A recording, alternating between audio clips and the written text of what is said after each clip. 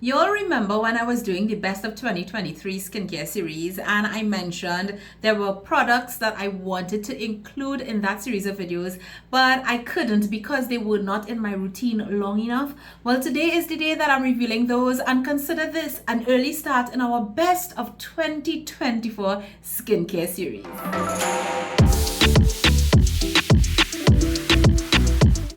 Hey guys, welcome back to SheriApproved. Thank you so much for joining me today. If you're new, welcome. And if you're already a part of the SheriApproved family, thank you so much for clicking on today's video.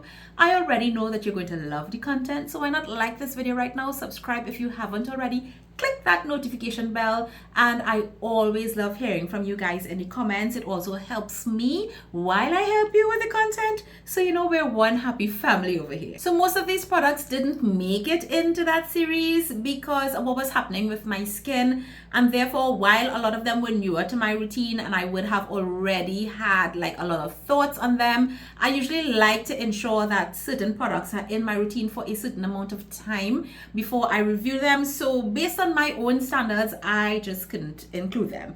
However, I'm so excited to be sharing those with you today, and we will start off first with this line from Dr. Ceuracle, which I think at this point is my favorite line from the brand, and I have really enjoyed quite a few products from them. So it's their Active Berry line, and you can see that I have made like a really good dent in these, and I'm so excited because I have everything back into my routine. Because I certainly missed my skincare after that whole seborrheic dermatitis drama. But why this entire line? And I do have a couple of things that I kind of prefer, and I'll talk about that. But why I want to mention this entire line is because this line focuses on an ingredient that we don't hear a lot about, but you know, more and more information is coming out as to why it's in skincare, and that's resveratrol. So before I talk about the individual products, I want to mention some characteristics in terms of the common ingredients you're going to find throughout the three products in this line. And of course, the first one is resveratrol, and I would encourage you to go like read up about this. There is probably not a lot of information because there are not many studies, but the few that there are is showing some very promising results. Now, we already know that resveratrol is a very strong antioxidant. It has well-aging properties, and because it's an antioxidant, it will also help to protect against free radical damage. But some of that research that I'm mentioning is showing that resveratrol might be an even more potent tyrosinase inhibitor than several very popular ingredients that we usually use when it comes to hyperpigmentation.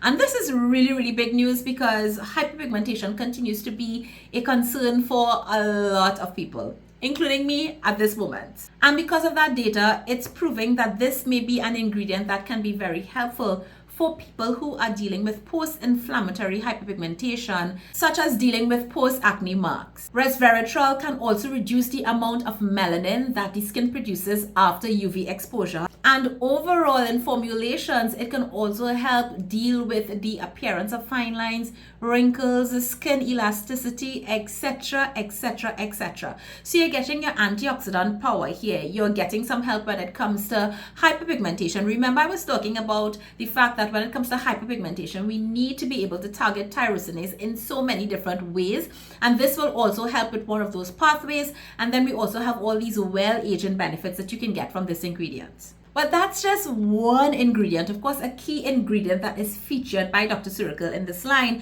But the line also contains some peptides, something that they call cranbetanol, kind of saying that this ingredient mimics the impact of retinol on the skin. I am not sure about the scientific data behind that, but it does contain peptides, and we all know that this is an important part of a well-aging skincare routine. And I also want to mention one of the biggest things when it comes to these formulas is the encapsulation technology that they've used in creating these products. So what that means is that you have a more efficient delivery system of the key ingredients into your skin so that they can work and produce better results. There are three products in this line.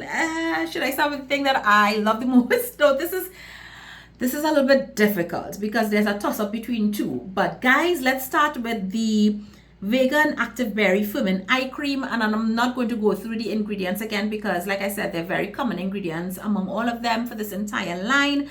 But something about this eye cream is just super special.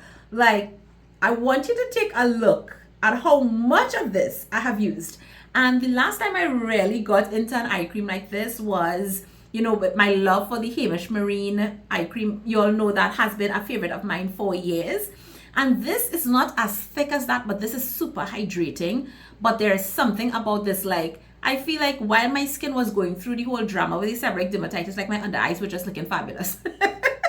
I actually continued to use this on my under eye area throughout that entire experience because that area of my face wasn't really affected, but I absolutely love this. Now in the product, in all of them, you will see like these tiny beads. That's the encapsulated resveratrol. But what happens is that this bursts when you apply it on your skin, it absorbs, and it's almost as though you just get the ingredient very, very fresh on your skin. But this is so hydrating, plumping. I love how it makes my eye area feel. I can use this under makeup. I could use this as my night cream. I have noticed that my under eye area feels a bit, I don't know what's the word, firmer maybe.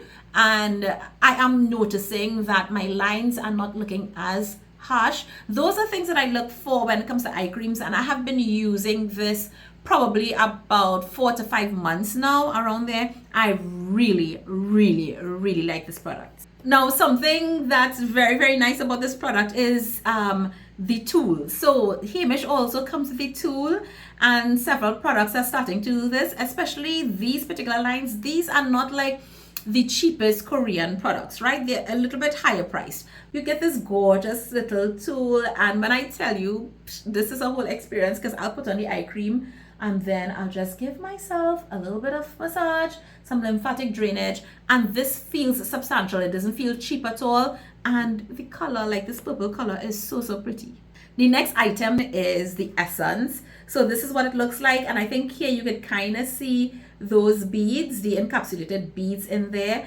And since the Jumiso snail and peptide essence took over my life, this has been like the next thing that really got my attention since then. I have tried some other essences in between, but this is like right up there for me. And this is an easy way for me to get that resveratrol in my skincare routine, morning or evening. I love the gel bouncy texture of this. It is not a very watery type of essence. It has some viscosity, yet it absorbs and goes into the skin so nicely. So I will actually do about 2 layers of this on my skin before I do my red light therapy. And using an antioxidant before red light therapy really also boosts the impact of your red light therapy in your skincare routine. Something else to mention about the essence that's a little bit different is that it contains diglycerin, and it's probably an ingredient you may have seen in products but probably just passed it over. But diglycerin is what is kind of referred to as the big brother of glycerin.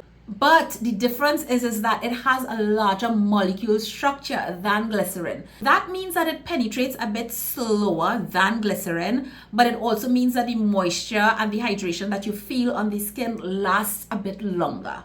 And finally, there is the moisturizer in this line.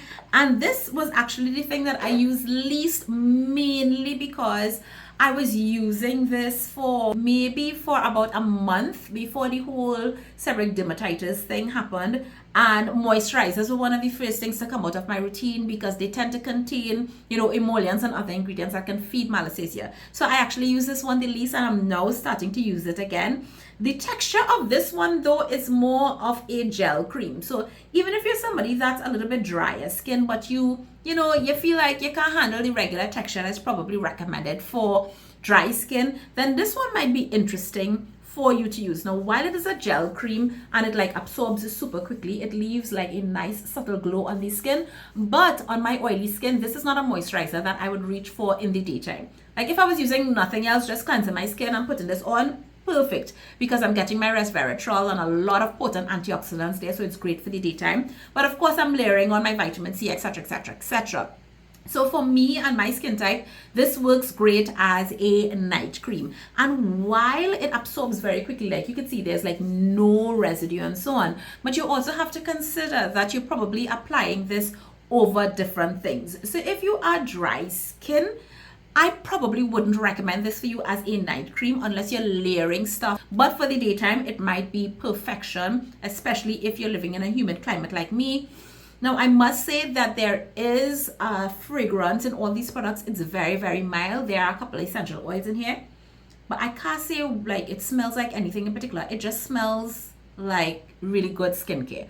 And that's something to note, because a lot of times there are certain brands that will include particular fragrances in their skincare because it simply enhances user experience. Fragrance is not the devil. If you know that you have a sensitivity to fragrance, then yes, avoid it. If not, then you're just gonna feel like $1,000,000 when you use something like this. Really, really lovely moisturizer. I definitely enjoy it, but for some reason the essence and the eye cream just are like top row for me right now. Next is a product that I think is very underrated. Like, I feel like I barely hear anybody talk about it, but I think it's one of the best products released by By Mi, and it is their AHA 10% Amino Peeling Ampoule. So this is what it looks like. And this is actually quite interesting because, of course, By Mi has this whole True Seeker complex. So, you know, they include Centella asiatica, which is very anti-inflammatory and calming to the skin. But this actually also includes amino acids and ceramides and all of that, which is going to be beneficial to your skin barrier. But they've done that in a serum that contains 10% AHA.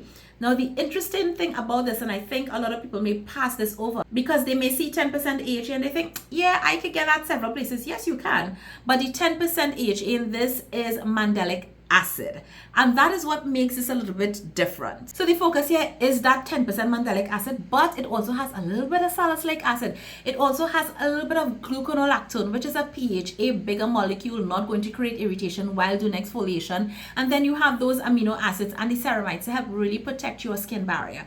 This is a really nice way for somebody who might be acne prone and probably even a little bit sensitive. Cannot use things like glycolic acid. Maybe lactic acid is also creating an issue for you. Mandelic acid is one of those exfoliating acids that's potent. It works, but it also has a larger molecule, so it's less irritating on the skin.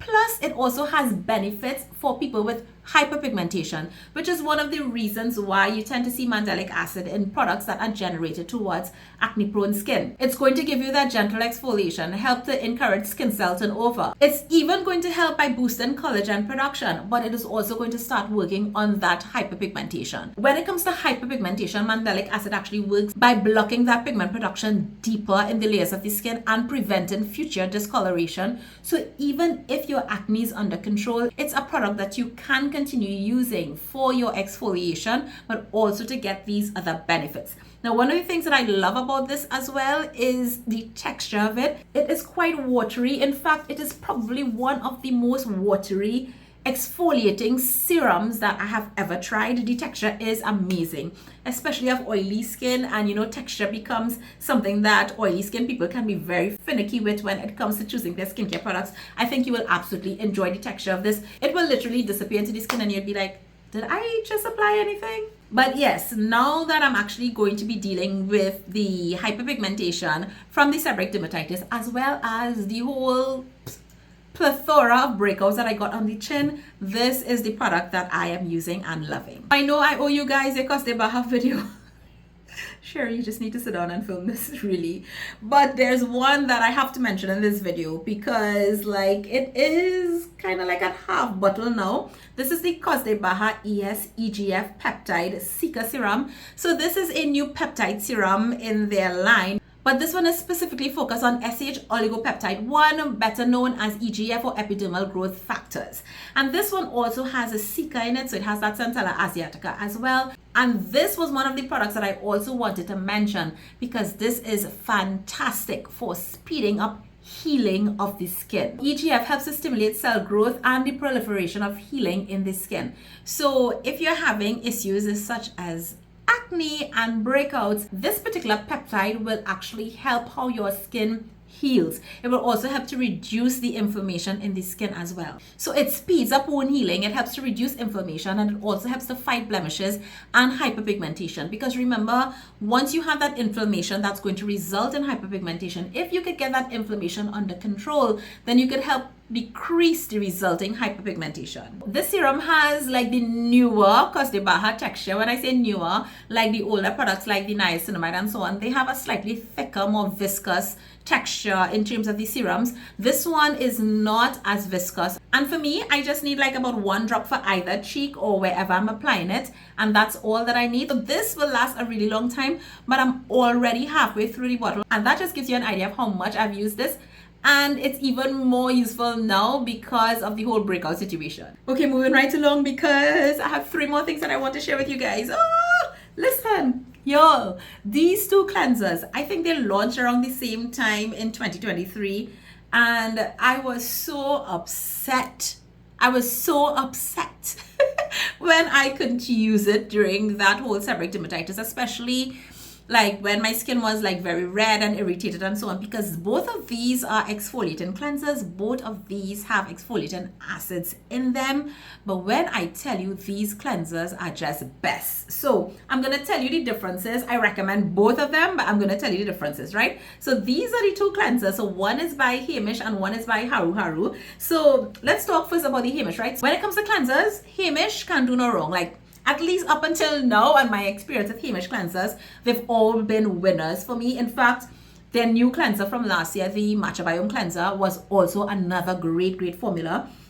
And I couldn't wait to try this. So what they have done here is that they've used plant-derived surfactants in this to help gently cleanse the skin and not be irritating. But this also has a combination of AHA, but in this case, citric acid and BHA salicylic acid. So this is a lovely exfoliating cleanser. This does smell of like a very citrusy type of scent, which I enjoy. I find it to be very refreshing. I don't find it to be overpowering as well. However, if you are sensitive to fragrance or essential oils, then this might be the one that you want to avoid. Although they have recommended this for all skin types, I would say that this is best for normal combination and oily skin. It is not stripping at all. I also love the fact that in this gel, like when I say you need a pea-size amount, guys, don't waste your cleanser. This is going to give you a really nice foam and spread so nicely on the skin. And if you do your 30 to 60 seconds with this, listen to me, you're good to go. This is a cleanser you can use AM or PM. I just generally like to use very gentle cleansers just to get the excess oil and sweat off the skin in the morning. So I will use very gentle cleansers in the morning, and I'll tend to save, you know, the ones for the night. So this is one that I tend to reach for at night. Really enjoying this cleanser. Obsessed actually. Now, if it is you cannot handle the fragrance or that like citrusy scent, then the Haru one is where it's at. The Haru one is unscented. Now be careful, because this looks like their other regular cleanser, which I have spoken about many times already and recommend. But this one is their Black Rice Triple AHA Gentle Cleansing Gel. Like, I don't know if you could see where I'm at already in this particular tube. These 2 cleansers give me the same results. The difference is going to be in the actual experience of the product. So this one has that same pillowy feel that you get with their original cleanser, and I figured, okay, so this might be the exfoliating cleanser that I'm going to be recommending for my drier skin girls. Guys, on my oily skin, I love this. Not stripping at all. It doesn't leave your skin dehydrated, so my dry skin girls will absolutely love this, and this would be the one that I would recommend for you out of the 2 options for sure. But even though it's feeling so gentle, it feels so gentle that you think it's not doing anything. But when I tell you, smooth, soft, this also works amazingly. Now, the difference with this one is that the Heimish has citric acid and salicylic acid, so an AHA and a BHA. This one has 3 AHA. So this one has citric acid, it has tartaric acid, and it also has mandelic acid. Very interesting. So slightly different combinations of the exfoliating acids, but if you try any one of these, I don't think you will be disappointed at all. This one, even though it feels so gentle, I also like to use this as an evening cleanser as my second step in the double cleanse. Beautiful product. And finally, did I save the best for last? We'll figure that out. So this is by Numisin, and I'm slowly getting into Numisin skincare. I have been trying several of their products. I feel like some of them are misses for me, and when I say misses, it's not that they're bad, but I think a lot of the products really are targeted to probably more sensitive skin types, not necessarily more resilient skin. And therefore, since my skin is accustomed to like certain percentages of actives and so on, like I might need some stuff that might be a little bit stronger. But then there are also some products from Numisin that I have been absolutely enjoying. And you know, we'll get through them as we go through the year. But I definitely wanted to mention this because this is their number 4 full nutrient firming cream. And the key thing in here is red ginseng. You all already know my obsession when it comes to ginseng in skincare products, but I'm also concerned with the quality of ginseng because not all ginseng is the same. Now, Korean ginseng is like the best ginseng in the world, but not all of them are aged. For example, like you guys know, I love the Dong In line. That one is pricey. And then there are also brands and ginseng products that are made in Korea that are even more expensive that contain ginseng. It is not a cheap ingredient. This cream, however, has 39% of 6-year-old ginseng in it. So already it was a win. I'm not going to rehash like all the details, but red ginseng is known to help with well aging and skin elasticity, firmness, and all of that. But this does not only have red ginseng. So they say that this contains something called their multi-youth reactivator, which is a combination of ingredients that they've put together, including idabenone, which I've spoken about here before, calendula. This has a little bit of retinol, like nothing to, yeah, no. Seriously, you could still use your retinol and use this because it's such a small percentage. So if that wasn't enough, it also contains Centella asiatica extract. You're going to be getting your vitamin E in this formula as well. And then, like a lot of things, and that might be annoying for some people, this also contains niacinamide. My skin loves niacinamide, so I'm not complaining. It contains adenosine, another well-aging ingredient that tends to be very popular with K-beauty. And it also contains matrixyl. Matrixyl is that peptide that, in short, really helps the appearance of fine lines and does it in a significantly shorter period of time than other peptides. So that's why it's one of those more popular peptides that people tend to run to. It's in this cream. Then of course they have not skimmed at all on the skin identical ingredients. So this contains cholesterol, it contains the ceramides, everything we need for the skin barrier. Then we're talking about the soothers and hydrators. So we have hyaluronic acid and we have glycerin, and we have beta glucan, and we have panthenol, and the list goes on and on and on. Overall, this is such a well-rounded nighttime moisturizer. For me, you could absolutely use this in the day as well, but the texture of this as well is what I want to mention because it has like a very balmy texture. It's not like your traditional like heavy cream. It feels like a balm, and that might scare some of you, but when you sort of rub it in, the way it melts into the skin, listen, I love the texture of this. I love the whole experience, but it's the skin the next morning. I love using this with retinol. I love using it even with the 10% exfoliating ampoule as well. And it does contain fragrance. I will mention that, but it's a very, very mild fragrance. Again, I like it. It's very pleasant to me, but I'm mentioning that in case that's going to be an issue for you. And don't sleep on these. If any of the benefits, the combination of ingredients and so on, sound like it's something that you need in your specific skincare routine, I highly recommend that you check it out because these, like I mentioned, really should have been in my best of 2023 skincare favorites. But have you guys tried anything recently that has really impressed you so far in skincare in 2024? I'd love to hear about it in the comments down below, and also let me know if anything here sounds interesting to you. Thank you guys so much for watching. I hope that it helps you find the right products, because if you don't have the right products, you have the wrong products. I'll see you guys again soon. Take care. Bye.